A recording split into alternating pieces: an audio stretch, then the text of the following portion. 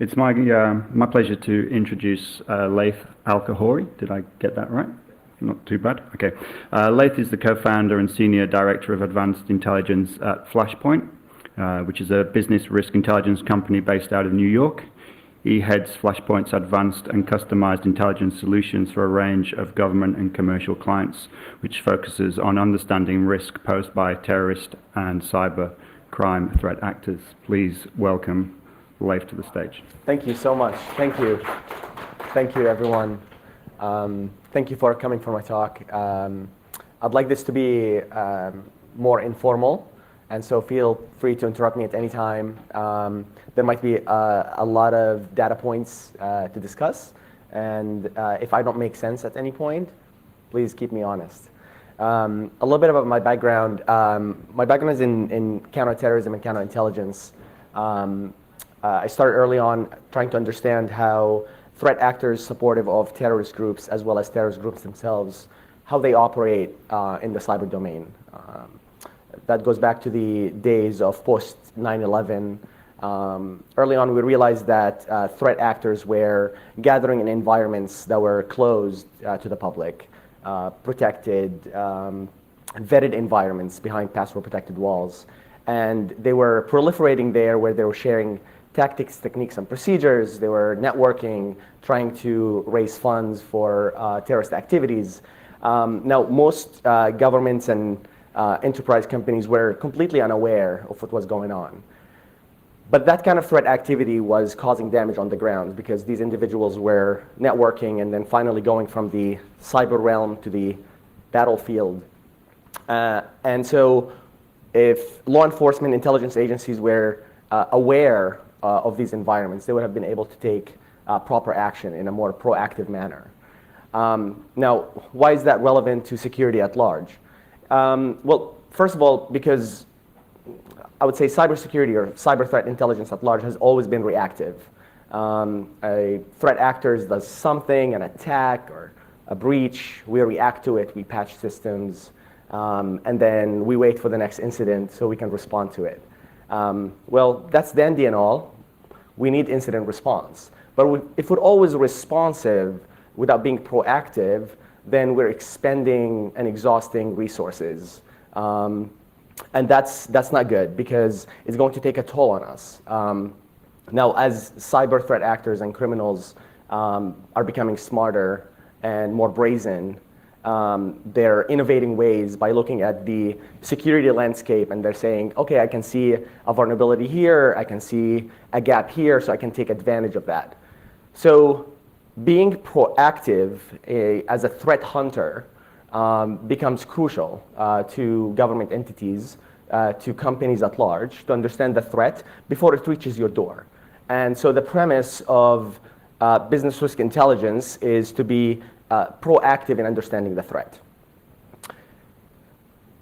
So by having this kind of business risk intelligence model, you're able to empower units across multiple organizations to have a decision advantage. And that's really crucial because we always need a decision advantage when we're dealing with any kind of adversarial threat. The premise here is that this threat activity is not taking place in the cyberspace environment is massive, but it's also, there are multiple watchdogs who are looking at these threat activities, whether it's social media or blogs or other places. But because threat actors need both to create an audience and have a follower base, but also they need to protect themselves against the watchdogs of government, they need to confine themselves in areas that are very difficult to reach. Areas like the deep and dark web, encrypted chat environments, and message boards. So early on, we realized that when they are proliferating in these environments, we need to be embedded in these environments to understand the threat directly from the source before we get it from a second hand source. We don't need a journalist to report on it. We'd like to understand it directly from the source. It's an area where there is something called peer pressure and peer support. The very individuals who are supporting you in your threat activity are the very individuals who are also pressuring you to conduct terrorist attacks or cyber attacks and so on. So having this kind of visibility into these threats and the actors behind them, their tactics, techniques, and procedures becomes absolutely critical to any decision making in the security business. You probably heard the terms that, the deep and dark web, and how it's an environment where a lot of threat actors are operating, from terrorists to cyber criminals to hackers and hacktivists to insider threat actors who are within organizations trying to do harm to their own employers, and so on. When we compare that to what we know as the surface web or the open web, this is the indexed environment. Search engines like Google, Bing, and others are able to index these environments, and they become searchable. Well, threat actors don't like that. They'd like to bypass the scrutiny, so they confine themselves in these areas that are not indexed by search engines, areas that are confined and behind password-protected walls, vetted environments where, in order for you to become a member of these environments, you need to go through a vetting process that allows you to become a member. So we are essentially undercover agents in the cyber domain, embedding ourselves, essentially cyber rubbing shoulders with the threat actors themselves, so we can understand what they're all about. When we look at the surface web, we look, just as an example, Facebook. There are, I think, right now over 2 billion Facebook accounts. Well, that's a lot of data, but it has very little context. How do you sift between all of this data to understand where threat activity is emanating from, and who are the threat actors behind them? When we look at the deep and dark, or the illicit deep and dark web environments, what we call its signal-rich environment. It's because when you are in that criminal underground, most people there are not observers. These are hardline individuals who would like to actually take action. They're behind the gain, whether it's an ideological gain or a financial gain, or even just to boast their achievements and taunt governments and point out their weaknesses. So when we look at the deep and dark web, the threat actors who are communicating with each other, networking, and so on, that becomes the difference between looking at trying to find one needle in multiple haystacks, that's the open web, or when you look at the deep and dark web, it's finding multiple needles in every haystack that you're investigating. As an example, if we look at cyber criminals in dark web marketplaces or black markets, these are individuals who are not just observing. They're trying to sell illicit products and services like databases or fraudulent documents or fake currency and others. So the harder to obtain intelligence, the more important it becomes. I hope this makes sense. Any questions so far? Okay. So if I want to move on, I mentioned how traditional CTI is reactive, but it's also confined only to cyber threat intelligence and network security, which is absolutely important. But we don't want to just look at threat. We want to look at risk. Threat is only one part of risk. So at Flashpoint, we'd like to look at the threat activity that involve also things like fraud, affecting financial institutions at large, affecting organizations that deal with money at large. Corporate and physical security becomes absolutely crucial because this is not only about cyber attacks. This is about ideologically influenced actors who would like to cause physical damage. But of course, they have to have a cyber domain in order to proliferate network and so on. And also insider threat, which I just mentioned, individuals within organizations who are wittingly or unwittingly leaking databases or exposing the network of their own organizations. So this is a little skewed because we had to change the format. But what I like, the term I coined, the intelligence trifecta, is trying to understand the source of the information, trying to understand the actor behind that information, and then adding context to understand what is it all about. Essentially the so what question or the why question To answer that becomes really critical to understand the threat. So if you're missing any of these points, then you don't have the full picture. Well, in the environments that we monitor, we look at the source of information. How reliable is this source? The information released there, is it legitimate? Can we take action? Is it meaningful enough that enables you to protect your own systems and your own constituents and your own employees and clients? The context is so crucial. It's not just about attribution, because it's very difficult many times to do attribution. But answering the so what question is all about long-term decision making. If you are able to understand the tactics, techniques, and procedures used today and potentially what they could be using tomorrow, then you're not behind the curve anymore. You're walking alongside the threat actors who want to do damage. I always say that, our advancement in cybersecurity or in security field at large is not done by security specialists. We're not the ones who are actually advancing our own understanding of security. It's the bad guys. It's the criminals who are advancing our understanding of cybersecurity. They look at the security landscape and they find the vulnerabilities and they attack, and then we react and so on. So we are advancing our learning curve because of what they are doing. So if we're able to think like them and walk along their side, then we could potentially anticipate the next step. So one of the cases I mentioned is insider threat, so I would like to dig deeper into this topic. So why do we need to pay attention to it? Well, insiders are, you could potentially find them in almost every organization. Financial sector, corporations at large, telecom, even government. Individuals who might be unhappy with their employer, individuals who would like to, in illicit ways, make financial gain because of where they're employed. These insiders like to network with like-minded individuals because they're able to have a win-win situation. I scratch your back, you scratch mine. If you're able to provide me with databases from this organization, then I can provide you with an access to money drops or cash outs from my bank. And it affects a range of industries. We talked about the financial sector, but also retail sector, stock market, telecom, and others. It's becoming one of the biggest threat factors, insiders in these organizations.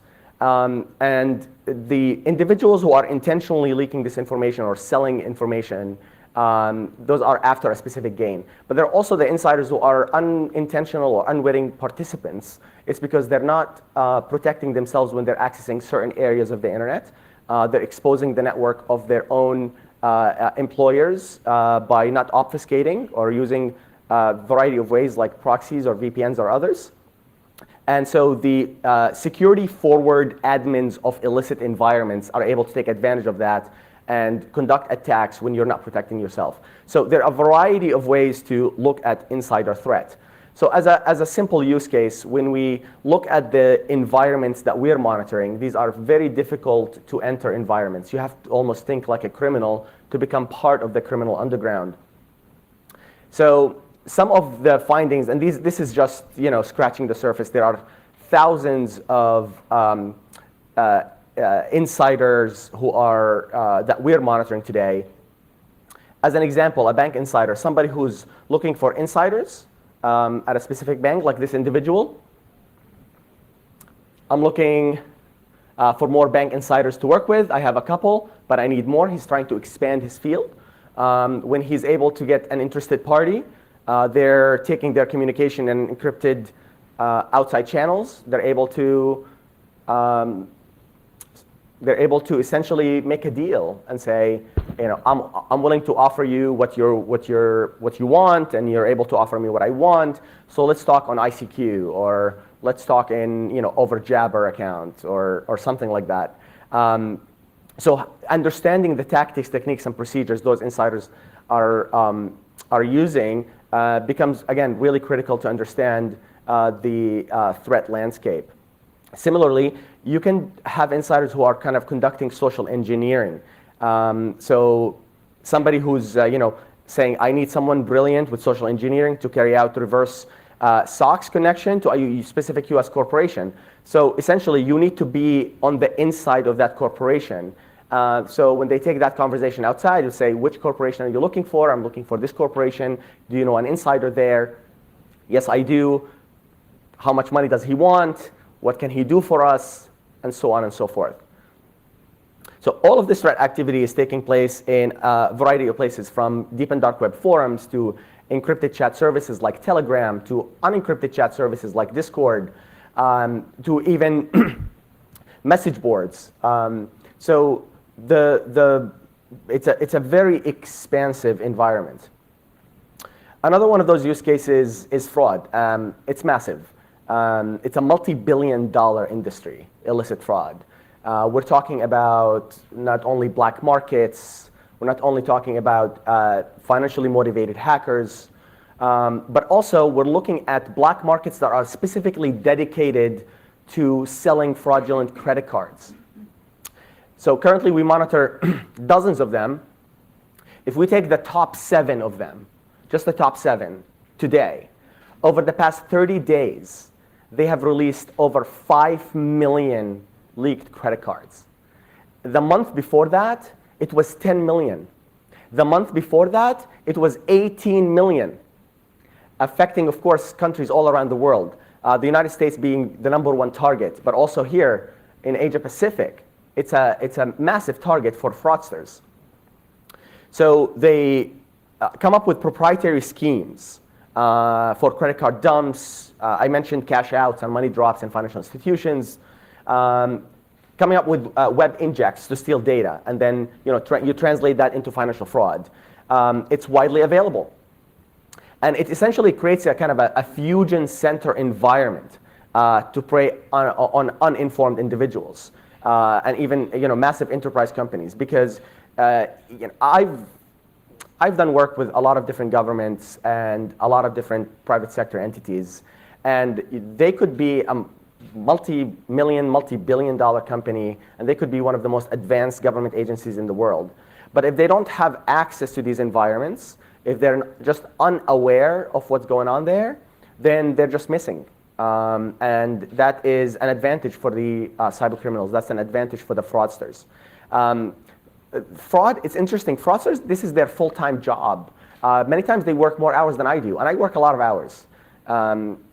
I have monitored certain fraudsters who've been around literally for years, and they are still operating. They haven't been caught, because they are able to look, again, at the security infrastructure in place and say, well, I can obfuscate because they're not paying attention to this, they're not paying attention to that.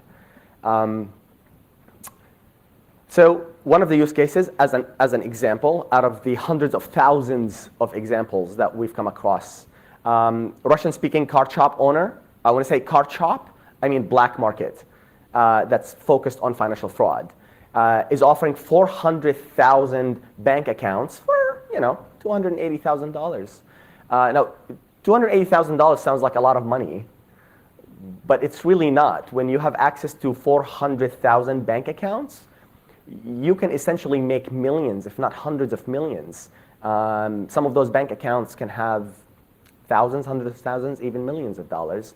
And neither the bank nor the account owners many times have an idea until it's, of course, too late. So my last use case is on violent non-state actors, which is really my expertise. I mentioned early on terrorist groups and their supporters proliferating. They understand as much as cyber criminals that the underground environments online are more protective of their identities. They're able to, again, network with like-minded individuals without having to worry about potentially security leaders or law enforcement or others being in these environments. And if they are in these environments, attributing that moniker to that identity becomes extremely difficult, many times impossible.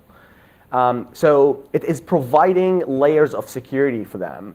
And that's why they're able to network, purchase weapons, purchase fraudulent documents, conduct terror financing, really raise money through fraudulent activities like spamming, and then send that money to groups like ISIS or Al-Qaeda or the Pakistani Taliban or Shabab Mujahideen or many other groups.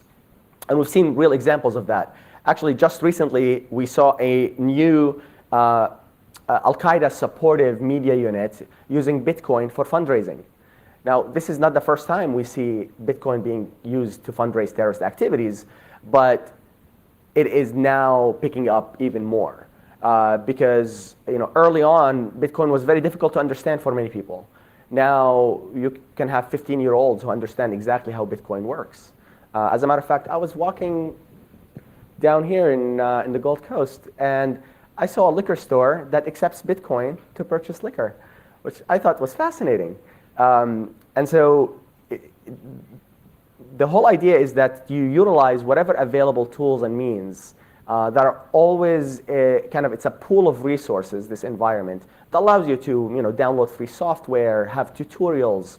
You can easily download dozens of manuals that would allow you to go from somebody who has no idea how to be a terrorist or a cyber criminal to be somebody who can really obfuscate and bypass the scrutiny for many years. There's something called, or I call, terrorism on the go, as an example. Back in the day, in my early work here, it used to be very difficult for supporters of terrorist groups to obtain manuals, because what they have to do is they have to share an actual paper copy, and that was very difficult to come by. Sometimes they are written copies. And with the advent, of course, of technology and cyberspace, early on, it was to share manuals, you need to upload them to temporary upload servers, and then share the link, and then it's a password-protected link, and then share the 32-character password to download that manual. But of course, these are sites that are infested with pop-ups and many times even just difficult to navigate, and you might be downloading a malware. But of course, with the advancement of technology and having cloud services and so on, a terrorist or a supporter of terrorist group can have all of that on his phone. Is able to access really dangerous areas of the internet, like encrypted Telegram channels where ISIS and other groups are operating, and be able to just easily scroll through the searchable manual and look for a recipe to build a bomb or to train on AK-47 and others. And because it is such a prolific environment where hundreds of thousands of these individuals are operating, not only they're learning from each other, but they're able to share things like target endorsements. What are the best targets that would generate publicity for a terrorist group? What about a hit list? Let's put together a hit list that would generate so much publicity. We saw hackers supportive of ISIS release the personally identifiable information of thousands of people, including over 1,200 American government personnel. I'm talking about their name, their address, their phone numbers, their work address, and potentially their, some of those individuals might be undercover, their real identity. Well, how were they able to do it? One way of doing it is not through hacking, really, but collecting that information from social media. It's amazing. You might say, like, I use Facebook, but I only have a very limited number of friends. It's just for family members. It's confined in these environments. But do you know what your brother or sister or cousin or friend or others, how much they're protecting their Facebook account, or how much they're protecting their own Twitter account? Do they have two-factor authentication? Are they saying where they are sitting in which restaurant? Are they talking about the places they're visiting? Are they going on a vacation in a specific place? All of this data is easily accessible for those individuals. And lastly, when we have more security measures in place, and we try our best to understand the threat activity, we look at new targets like industrial control systems, SCADA systems, because while they are very difficult, almost impossible by many individuals to actually penetrate and hack, the violent non-state actors are looking at it from a different perspective. They're saying, if I am able to potentially recruit somebody within buildings where there is industrial control systems, then I could potentially hack it from the inside. So one example of kind of blurring the physical and cyber realm. Individuals who are ideologically influenced, they're behind trying to cause physical damage, but they're advancing their cyber skill set. So one pro-ISIS hacker from a password-protected, vetted ISIS environment, who's, at the time I put this together, had nearly 1,200 postings. Most of it actually focused not on physical threat or physical activity. This is a software developer, ideologically influenced software developer, who decided that it is better to go in the cyber warfare realm instead of conduct actual physical attack. Well, because one, it can attract a lot of attention. We're seeing bombings happen in many different parts of the world and attacks and so on. But he's basically saying that if I am able to develop a tool that would hack a government domain, steal the data, and release it in public, that is generating so much more publicity, and it's elevating the notoriety of terrorist groups that I'm supporting. So he organized a DDoS campaign in this forum, and this forum is confined to about only 20,000 individuals, no more. So you can't be somebody who's like, I'm interested, I want to make a new account. No, it doesn't work that way. You need a recommendation by a specific user who's up in the ranks. So as I'm monitoring this activity, I come across 3 different tools that he developed. I talked about the DDoS tool, which he called Caliphate Cannon. I mean, it's kind of funny. But it is also dangerous because he used this tool to target 7 different government websites, successfully taking down the website of the Egyptian Ministry of Interior and the Iraqi Ministry of Oil. So these are the efforts of one individual on his own without backup. Now, they remain under-sophisticated in this domain, but all they're doing right now is that they're learning, they're advancing, and potentially they will be walking alongside non-ideologically influenced, really advanced cyber criminals, and then learn from them. So they can mask themselves. They can mask themselves as cyber criminals, create accounts on black markets or in forums where there are financially motivated hackers, and then learn from their tactics, techniques, and procedures. Learn from the manuals they're releasing there, and then apply that against their own targets. So at Flashpoint, I mentioned the intelligence trifecta.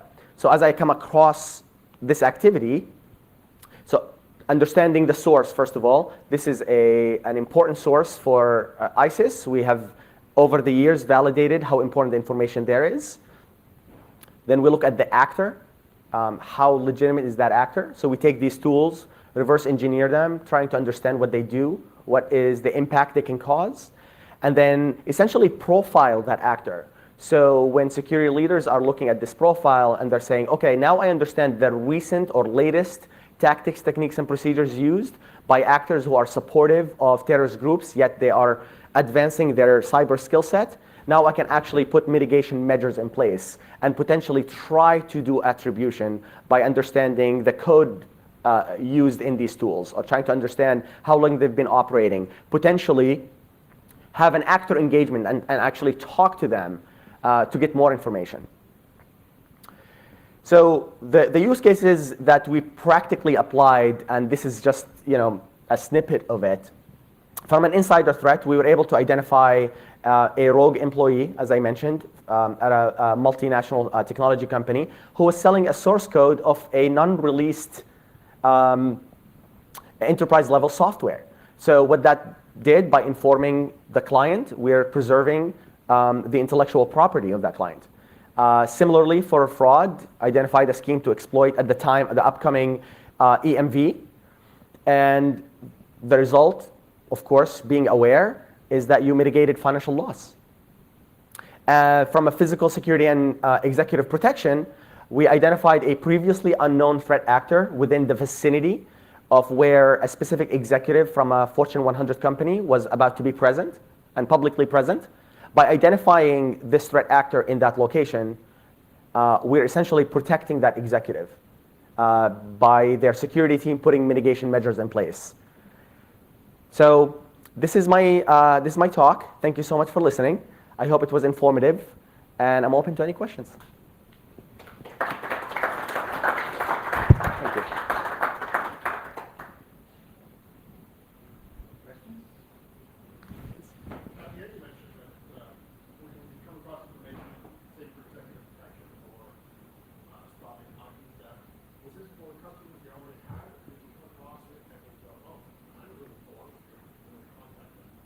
Yeah, and it's a really good question. So we come across threats to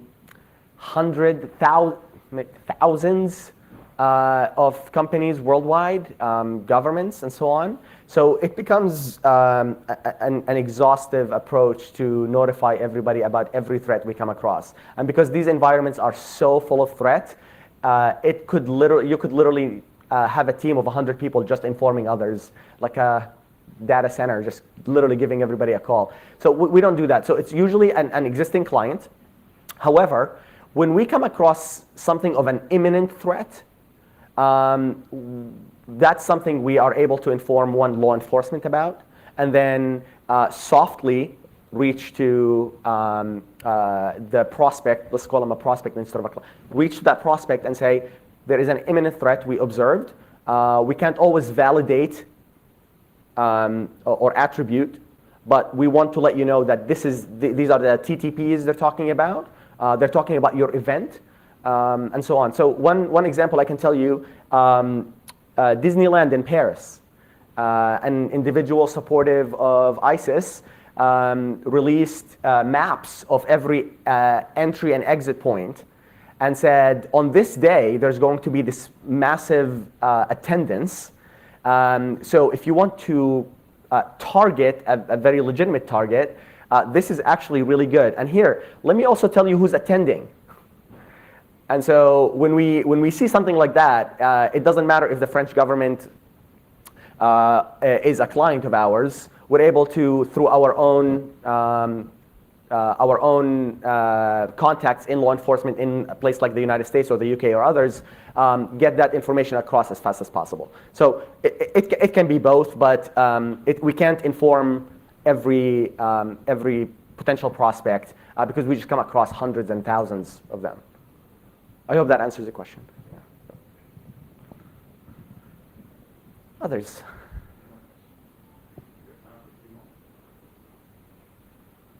Well, great. Thank you so much for your time. We appreciate you. Thank you so much.